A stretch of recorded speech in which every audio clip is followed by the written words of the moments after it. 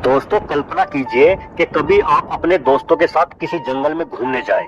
दुर्भाग्यवश आप किसी कारण से रास्ता भूल जाएं और अकेले रह जाएं। आप जंगल में अपने साथियों की तलाश में भटक रहे हो और ऐसे में आपके सामने शेर आ खड़ा हो। तो अब सवाल ये उठता है कि शेर से सामना होने पर आप क्या करेंगे। वैसे इस सवाल का सही जवाब तो ये है कि अब आप क्या कर सकते हैं। अब तो जो कुछ भी करेगा वो शेर ही करेगा। लेकिन दोस्तों कहावत है कि हिम्मत मर्दा मदद खुदा। परिस्थितियां चाहे कैसी भी हो, इंसान को हिम्मत कभी नहीं हारनी चाहिए। दोस्तों भारत में बड़ी बिल्लियों की मुख्यतः 3 प्रजातियां पाई जाती हैं, सिंह, बाघ और तेंदुआ। सिंह और बाघ दोनों को ही शेर कहा जाता है, लेकिन इन दोनों के रहन सहन और रंग रूप में बहुत से अंतर होते हैं।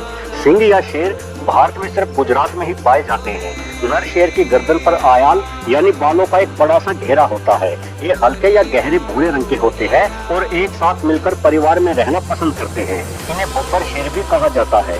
वही बाघ का रंग संतरी होता है और उसके पूरे शरीर पर काले रंग की धारियां पाई जाती है। जेनेटिक्स कारणों से कुछ बाघों का रंग सफेद भी हो जाता है।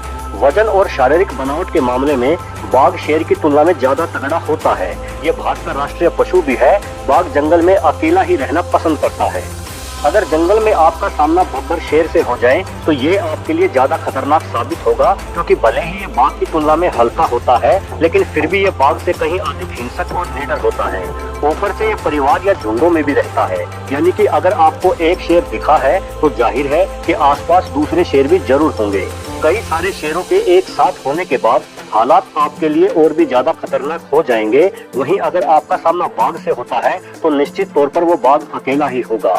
आसपास कई किलोमीटर तक आपको कोई दूसरा बाघ नहीं मिलेगा, क्योंकि हर बाघ अपना बहुत बड़ा इलाका बनाकर रहते हैं। चलिए मान लेते हैं कि जिस भी शेर या बाघ से आपका सामना हुआ है वो अकेला ही है। दोस्तों जैसे ही शेर आपके सामने आए तो भागने की गलती बिल्कुल भी ना करें। आप जितने भी तरीके अपने बचाव के लिए इस्तेमाल कर सकते हैं, उन सभी में भागने का तरीका सबसे खराब है। अगर आप भागेंगे तो शेर आपको अपना शिकार समझेगा। उसे ये भी एहसास होगा कि आप उससे कमजोर हैं और डरे हुए हैं। ऐसे में वो तुरंत आपके डर को भागकर आपके पीछे दौड़ेगा और फिर चाहे आप कितनी ही तेज क्यों ना भागते हो, लेकिन शेर से ज्यादा तेज तो नहीं भाग सकते।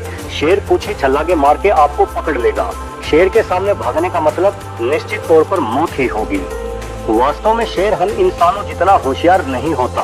वो तब तक आपकी कमजोरी नहीं समझ सकता जब तक आप उसे अपनी कमजोरी ना दिखाएं। ना ही शेर हम इंसानों को अपने भोजन के रूप में देखता है। जंगल में मौजूद हिरन जैसे अन्य जानवर शेर की नजर में कोई जानवर नहीं होते, बल्कि उसका भोजन होते हैं।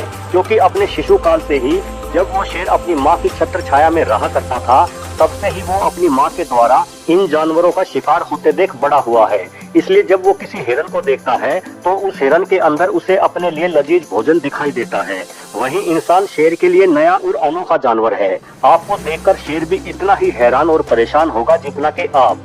इसलिए अगर आप भागोगे नहीं तो इस बात की सिर्फ 1% संभावना है कि शेर आप पर हमला कर दे। भागने की बजाय आप शेर के सामने सीधे खड़े हो जाएं। जितना भी हो सके खुद को बड़ा दिखाने की कोशिश करें, क्योंकि दिन में 18 घंटे सोने वाला शेर बेहद आलसी जानवर है। अगर उसे लगेगा कि आप एक बड़े जीव हैं और आपके ऊपर हमला करना एक मुश्किल चुनौती है, तो वो कभी हमला नहीं करेगा। शेर की आंखों में सीधे बिल्कुल न देखें, क्योंकि ऐसा करने से शेर सोचेगा कि आप उस पर हमला करने की योजना बना रहे हैं। इसलिए खुद के बचाव के लिए शेर भी आप पर हमला कर सकता है। शेर की आंखों में न देखते हुए उस पर नजरें बनाए रखें। अगर आपके पास किसी पेड़ की टूटी हुई टहनी वगैरह पड़ी है तो उसे उठाने की तभी सोचें जब शेर आप पर हमला कर दे, अन्यथा नहीं। क्योंकि जैसे ही आप टहनी को उठाने के लिए झुकेंगे तो हो सकता है कि आपको कोई छोटा जीव समझकर शेर आप पर हमला कर दे। अपने आसपास मौजूद किसी पेड़ पर चढ़ने की भी हरगिज ना सोचे, क्योंकि शेर पेड़ पर नहीं चढ़ सकता। ये सिर्फ किस्से कहानियों की ही बात है। वास्तव में शेर आपसे कहीं अधिक तेजी से पेड़ पर चढ़ सकता है। आप धीरे धीरे शेर की तरफ देखते हुए उल्टे कदम पीछे हटना शुरू करें। शेर को अपनी पीठ हरगिज न दिखाएं। ऐसा करना शेर को अपने ऊपर हमला करने के लिए आमंत्रित करना होगा।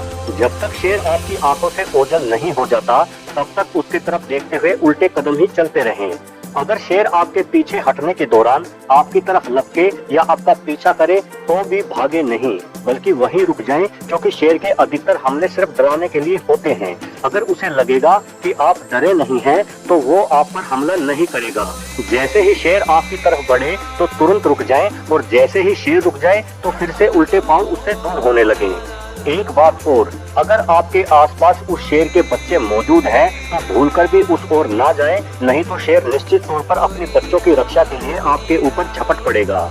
दोस्तों, वैसे बेहद ही कम संभावना है, लेकिन मान लो शेर आपके ऊपर हमला कर ही देता है तो आप क्या करेंगे? किसी इंसान और शेर का आपस में कोई मुकाबला नहीं है। शेर हम इंसानों की तुलना में कई गुना अधिक ताकतवर होता है। उसके पास पंजे और दांतों के रूप में बेहद खतरनाक हथियार भी होते हैं, लेकिन फिर भी आप हिम्मत ना हारें, क्योंकि आपकी हिम्मत हारने पर भी होने वाला संभावित नतीजा तो नहीं बदला जा सकता। जैसे ही शेर हमले की मुद्रा में आए, जितनी जोर से हो सके अपनी पूरी ताकत लगाकर चिल्लाएं। कोई पेड़ की टहनी आदि आपके पास पड़ी हो तो उसे उठाकर हवा में लहराएं और लगातार चिल्लाते रहें। अगर शेर फिर भी आपके ऊपर हमला कर ही दे तो जितनी जोर से हो सके उसके नाक पर एक जोरदार घूंसा मार दें। नाक पे लगी हल्की सी चोट भी किसी भी जानवर के लिए बहुत कष्टदायी होती है। अगर आपका पंच सही तरीके से शेर की नाक पर लगा तो हो सकता है कि भयानक दर्द की वजह से वो शेर आपके ऊपर हमला करने का इरादा बदल दे, और अगर शेर ने अपना इरादा नहीं बदला तो अब आप क्या कर सकते हैं? अब तो जो कुछ भी करेगा वो शेर ही करेगा। चलिए दोस्तों, उम्मीद करता हूँ कि आपकी जिंदगी में कभी ऐसी नौबत ना आए जो आपको इस वीडियो में दी गई जानकारी को प्रयोग में लाना पड़े। वीडियो पसंद आया हो तो वीडियो को लाइक और शेयर करना ना भूलें। अगर आपने चैनल को अभी तक सब्सक्राइब नहीं किया है तो जरूर कर दें। वीडियो देखने के लिए आपका बहुत बहुत धन्यवाद।